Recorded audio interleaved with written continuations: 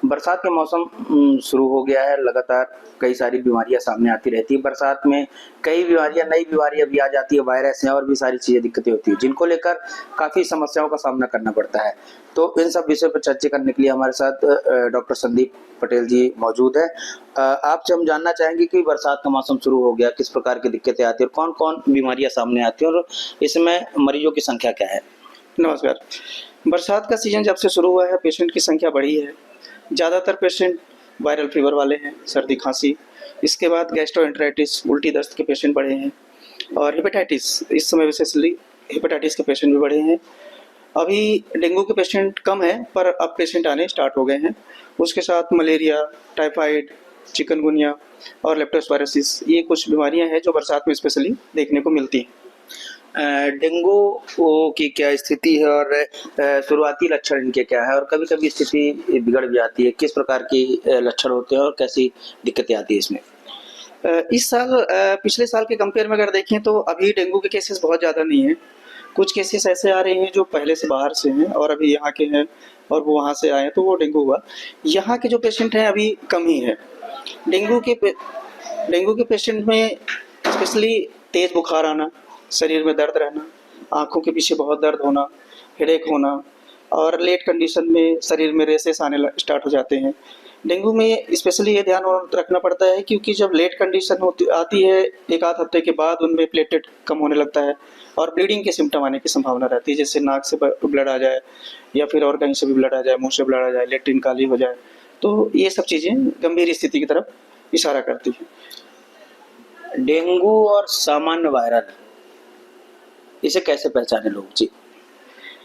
सामान्यतः ऐसा है कि नॉर्मल पब्लिक को पहचानना थोड़ा सा कठिन है, पर यह है कि डेंगू के पेशेंट जो होते हैं वो सर्दी खांसी के साथ नहीं आते और जो वायरल फीवर वाले पेशेंट होते हैं वो ज़्यादातर पेशेंट सर्दी खांसी के साथ आते हैं।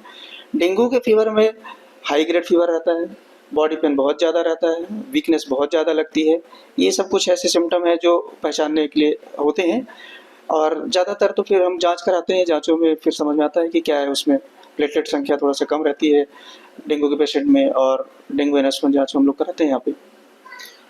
जैसे कि सामान्यतः बरसात के मौसम में डेंगू के अलावा और कौन कौन सी बीमारियां सामने आती है और क्या कुछ दिक्कतें होती हैं उनसे? डेंगू के अलावा इस समय गैस्ट्रोएंटेराइटिस के पेशेंट बढ़े हुए हैं और हेपेटाइटिस, इसके पेशेंट बढ़े हैं। साथ में मलेरिया, टाइफाइड और लेप्टोस्पायरोसिस के पेशेंट जो हैं वो इस समय बढ़े हैं। सामान्यतः लोगों को क्या सावधानी रखनी चाहिए, कैसे अपने आप को बचाएं जी? बरसात के मौसम में सबसे ज़्यादा ज़रूरी है कि स्वच्छ पानी, क्योंकि इस समय पानी खराब रहता है। बरसात का पानी ज़्यादातर गांव में बोरवेल का पानी यूज करते हैं, तो उनको इस पे ध्यान रखना है कि पानी बॉयल करके पिएं। बाहर का दूषित खाना यूज ना करें। खुले में जो खाना यूज होता है वो ना यूज करें, क्योंकि मक्खियाँ होती हैं, उससे इन्फेक्शन बढ़ने की संभावना होती है। मच्छरों से बच के रहें। आसपास अपने क्षेत्र में जो जहाँ पे भी वाटर कलेक्शन हो रहा है वहाँ पे पानी कलेक्शन को रोकें। घर में कूलर वगैरह जो यूज होते हैं उसका पानी हफ्ते में चेंज करते रहें और मच्छरदानी या फिर और भी रिपेलेंट्स होते हैं जो उनका यूज करें। बस यही है। सामान्यतः देखा जाए कि कभी-कभी डेंगू के मरीज को दिक्कत हो जाती है और थोड़ा रिस्क हो जाता है उनको, तो क्या उनको कैसे रिकवर किया जाता है और कभी-कभी प्लेटलेट बहुत डाउन हो जाते हैं, तो कैसे उनको रिकवर करते हैं? और जैसे लोग घबराते हैं कि हमें दिक्कत है, प्लेटलेट बहुत डाउन हो गया है, काफ़ी कोई भी दिक्कत हो सकती है, तो कैसे अपने आप को इस स्थिति में कैसे लोग को बचना चाहिए, कैसे बचाते हैं आप लोग जी? ठीक, नहीं, आपने अच्छा क्वेश्चन किया। डेंगू एक्चुअली लेट कंडीशन में थोड़ा सीरियस हो जाता है, कई बार पेशेंट सीरियस हो जाते हैं, पर 99% पेशेंट नॉर्मली रिकवर कर जाते हैं। बस आपको हाइड्रेशन अच्छा मेंटेन रखना होता है। डेंगू से कभी डरने की ज़रूरत नहीं है। बस ये है कि आपके पास नियरेस्ट जो भी हॉस्पिटल हो या फिर आसपास जो भी हो वहाँ पे आप जाएं और डॉक्टर से कंसल्ट करें और उनके हिसाब से ट्रीटमेंट लेते रहें।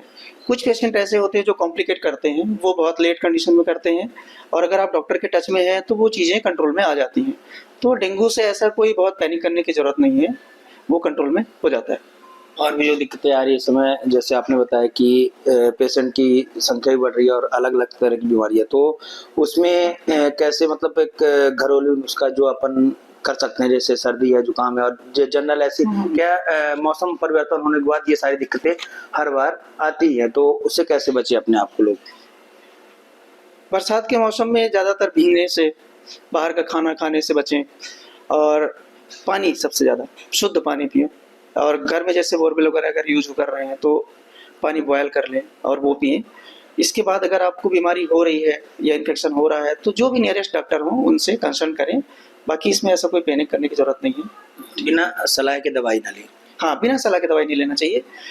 ज़्यादा से ज़्यादा 1 दिन आप बुखार उतारने की दवाई ले लें, लेकिन अगर आपको बुखार कंटिन्यू बना है तो फिर आप डॉक्टर से कंसल्ट कर लें। संपर्क करें जरूर। सर एक लास्ट क्वेश्चन कि क्या संदेश है आपका रीवा की जनता के लिए, क्योंकि उम्मीद काफ़ी है रीवा की जनता, कोशिश ये रहती है आप लोगों की कि किसी को हमारे पास अगर कोई आए तो बाहर ना जाना पड़े, क्योंकि वर्तमान में स्वास्थ्य व्यवस्था की स्थिति बहुत अच्छी होगी अपने रीवा में, तो क्या संदेश है आपका लोगों से और कैसे के बच्चे वो अपने आप को सुरक्षित रखें जी?